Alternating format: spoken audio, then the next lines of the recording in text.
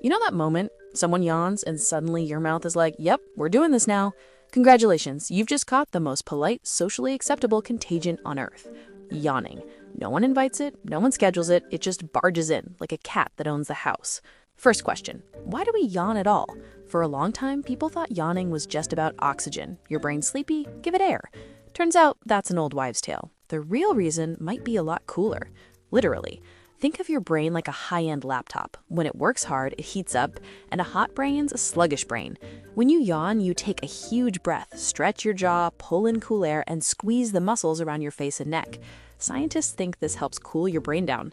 Yawning also shows up when you're tired or stressed.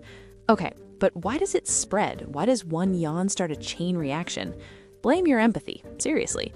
Humans are wired with special brain circuits, often linked to mirror neurons. These cells fire when you do something and also when you see someone else do it. So when you watch a yawn, your brain quietly rehearses it. Studies show you're far more likely to catch a yawn from someone you care about than from a stranger. Friends, family, partners. Your brain goes, this person's my tribe. If they're doing it, maybe I should too. Young kids under about 4 years old don't really catch yawns because empathy circuits are still in construction. Some animals do it too. Dogs catch yawns from humans, chimpanzees from each other. It's basically a cross-species group chat that says, energy levels are changing, adjust accordingly. To sum it up, yawning isn't laziness, it's a maintenance system. See you in the next one. Bye-bye.